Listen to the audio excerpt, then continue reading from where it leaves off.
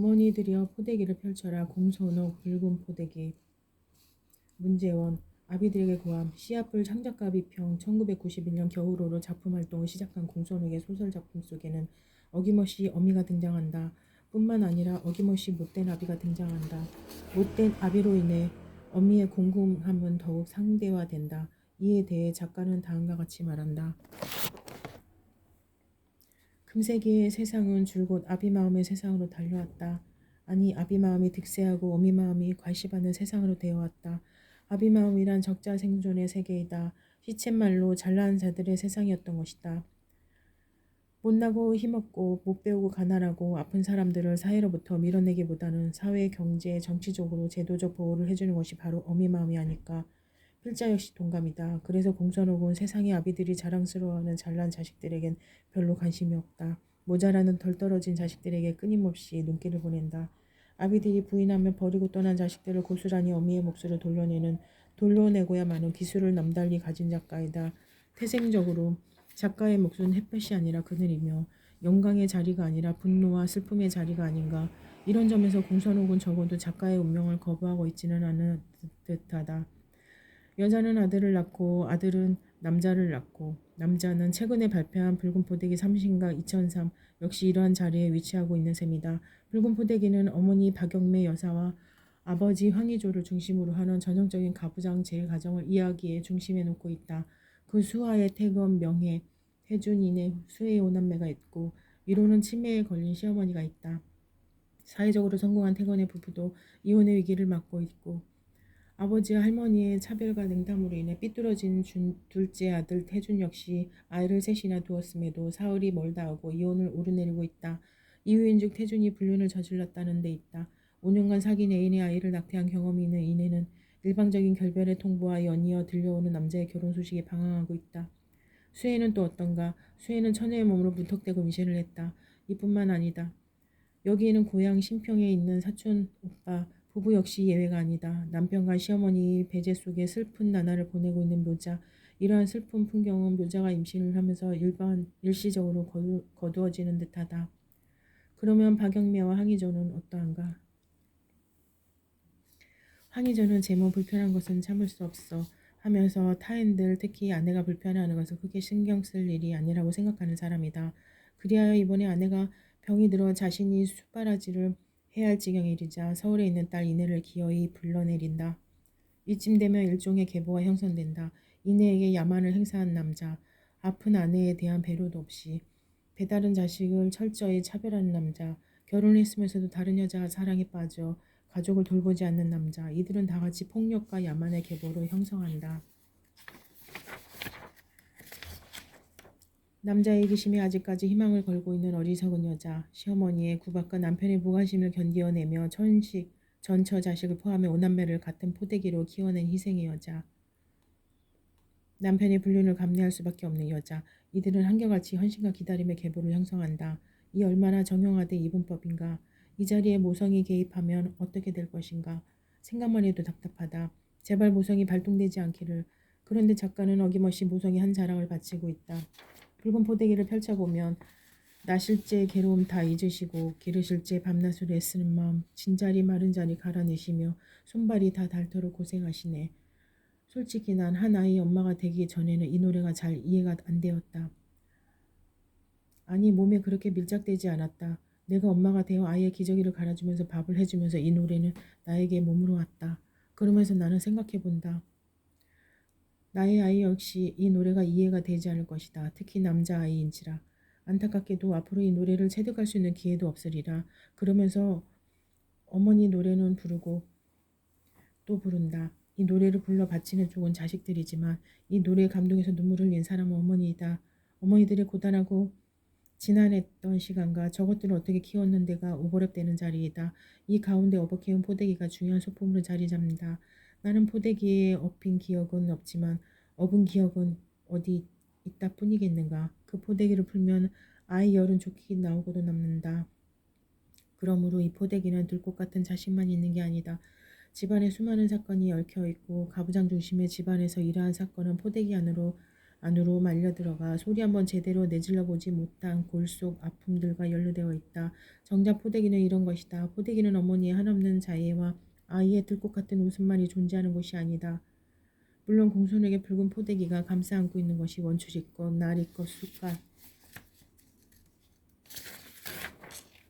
꽃만이 아니다. 여기에는 배다른 오남매를 업어키운다. 종래는 병들어 죽어가는 박영미 여사의 각인된 상처들도 함께 있다. 그런데 박영미 여사는 포대기를 펼치는 대신 자신의 몸 안에 종양을 키운다. 박영미 여사는 혼전의 임신을 하여 시골에 있는 학교로 정근을 간다. 그곳에서 아이들 태건 명예, 딸님 황희조를 만나게 된다. 아비 없는 아이 태준과 두려워 황희조와 결혼을 하고 거기서 인내 수혜를 낳게 된다. 태건이와 명예와 시어머니 복녀 그리고 남편 황희조가 안방에서 나란히 누워 희희낙낙하는 동안 박영매가 확인하는 것은 이 집 사람들은 내 가족이 아니다. 혹은 나는 이 집 가족이 아니다라는 명제였다. 부인할 수 없는 정원 명제 앞에서 그녀의 발목을 잡았던 것은 다름 아닌 포대기이다. 떠나버릴 수밖에 없었던 상황을 인내와 기다림으로 역전시키는 힘을 지닌 포대기. 여기에 포대기 미학이 자리 잡는다. 그러면서 종래는 에미를 죄인으로 덮어 씌우고야 마는 포대기. 태건이 명예 두 아이가 자기를 엄마라고 부르며 달려드는 두 아이가 눈에 밟혀 떠날 수가 없었다. 자신이 직접 재봉질에 만든 포대기로 세 아이 번갈아 업어키우며 얽매였다. 그 포대기가 자기 이불이라고 잘 때면 꼭 끌어안고 자던 명예 친엄마도 아닌 제 젖가슴을 파고들던 태건이 머리에서 나던 냄새, 학교까지 따라와 교실 밖에서 놀다가 창문으로 내다보면서 소리 없이 엄마라고 입 벌리던 아이들, 그 아이들을 버리고 갈 수가 없었다. 어쩔 수 없는 이러한 모성은 공선호소설 어디에서나 볼 수 있다. 앞전에 발표된 수수밭으로 오세요. 역시 마찬가지다. 세상에 새끼들 버려도 그 아비들 나 몰라라 뒤도 안 돌아보고 다 떠난다 해도 나는 어미인데 내가 너희들 어미인데 싶어져서 필순의 가슴이 뻐근해져 오는 것이다. 수수밭으로 오세요. 전 남편과의 사이에서 난 아들, 현재 남편과의 사이에서 난 아들, 죽은 친구의 딸, 소정소랑 그리고 여동생의 아이까지 건사하며 남편과 이혼할지언정 끝내 이들을 버릴 수 없음이 어미 마음이라고 강조하고 있다. 이러한 어미 마음은 붉은 포대기의 박영매 여사와 같은 마음이다. 붉은 포대기는 엄마의 이야기이다. 오남매를 같은 포대기로 똑같이 업어키운 엄마 박영매 여사의 이야기다. 이제 이 포대기가 그녀의 업어키운 자식 중에 한 명인 막내딸 수혜에게로 이어지려 하는 시점에 와 있다. 수혜는 몸은 30살이지만 정신 연령은 어린이다. 그런데도 수혜는 자식 오남매 중에서 박영매 여사의 마음을 가장 편하게 하는 자식이다. 남들은 수혜를 보고 죽이지도 살리지도 못할 애물덩어리라 하지만 영매는 수혜를 보면 다른 이들한테 받은 상처를 다른 이들이 준 분노도 볶는 녹도 사라진다. 박영미 여사와 수혜의 친연성은 어디서 비롯되는 것일까? 가족들 사이에 끼지 못하고 주변을 맴도는 타자의식이 이들을 묶어주는 것일까? 재치로 들어와 자식을 낳아 살면서도 나는 지들의 가족이 아니다를 한없이 느꼈던 박영매나 정신이 온전한 형제들의 바깥에 놓여 있어야만 했던 정신이 온전하지 못한 수혜. 이들은 또다시 미혼모라는 동리안까지 갖는다. 식구들이 수혜를 내칠 때 엄마 박영매와 언니 이내를 제외하고 수혜는 자신의 꽃으로 동그라미로 보아주던 남자와 사랑을 한다. 이 남자 역시 서울에 각이진 아내와 이혼을 하고 상처를 다스리고 있는 중이었다. 그런데 그 상처를 수혜가 치유해주고 있다고 믿는다. 수혜는 한지섭이라는 황무지에 떨어진 작은 꽃씨 같았다. 수혜의 동그란 얼굴, 동그란 뺨, 동그란 눈동자, 동그란 콧망울, 동그란 턱, 그리고 동그란 손이라니. 수혜가 가지고 있는 모든 둥근 것들이 모나고 뾰족해져 있는 제 마음에 부드럽게 와닿는 느낌이 드는 것이 왜일까? 꽃처럼 환한 수혜의 미소를 기다리고 있노라며 어느새 제 마음에도 환한 꽃등이 하나 켜지는 것 같았다. 제 마음속에 켜진 꽃등을 어떻게 말할 수 있을까? 지섭에게 수혜는 이미지로만 온다. 지섭이 수혜에게 느낀 여성성은 꽃, 별의 추상성에서 한치도 내려오지 않는다. 그래서 수혜를 둘러싸고 있는 현실적 공간이 너무 견고하다는 것을 확인한 순간 끝내 그 남자는 수혜가 자신에게 꽃등이 되는 이유를 밝혀내지 못한 채 수혜를 떠난다. 그는 다시는 내게 오지 않을 것이다. 그래도 나는 내 속에 자라는 아기를 보며 그를 생각할 것이다. 대책이 없다. 대책이 없는 이 지점에서 공손하고 또다시 포대기를 꺼낸다. 박영미 여사의 삶을 덮었던 것처럼 또다시 수혜의 삶을 덮으려고 한다. 저 햇빛과 바람과 구름과 별과 강물이 내 아기를 키워줄 거야. 수혜야. 이쯤에 오면 화가 치밀어 오른다. 적어도 필자가 아이 엄마가 아니라면, 포대기로 아이를 키워본 한 아이의 엄마가 아니라면 이렇게 화가 나지 않을지 모르겠다고 생각한다.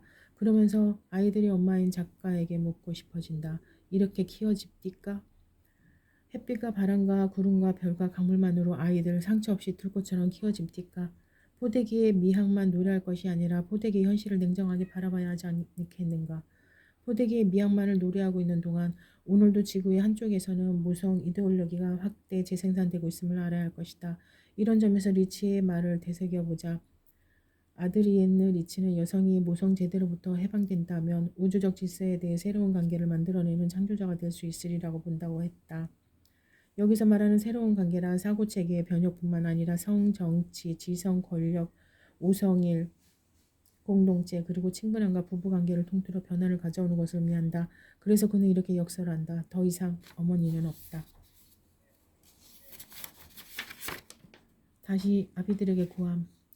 이 책을 다 덮는 순간에도 필자의 머리를 떠나지 않는 한 사람이 있다. 수혜도 돌아가신 박영매 여사도 아닌 황병조. 형수 박영매 여사의 꽃상여를 만들고 혼자 뒷교 장독대 밑에 쭈그리고 앉아 아무렇게나 식은 밥을 먹으며 형수는 참 무정하지요.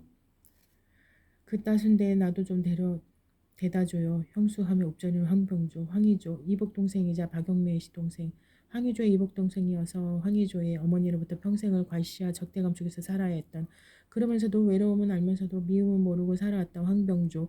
이 세상의 남자이면서 이 세상이 오히려 단단한 벽이었던 황병조.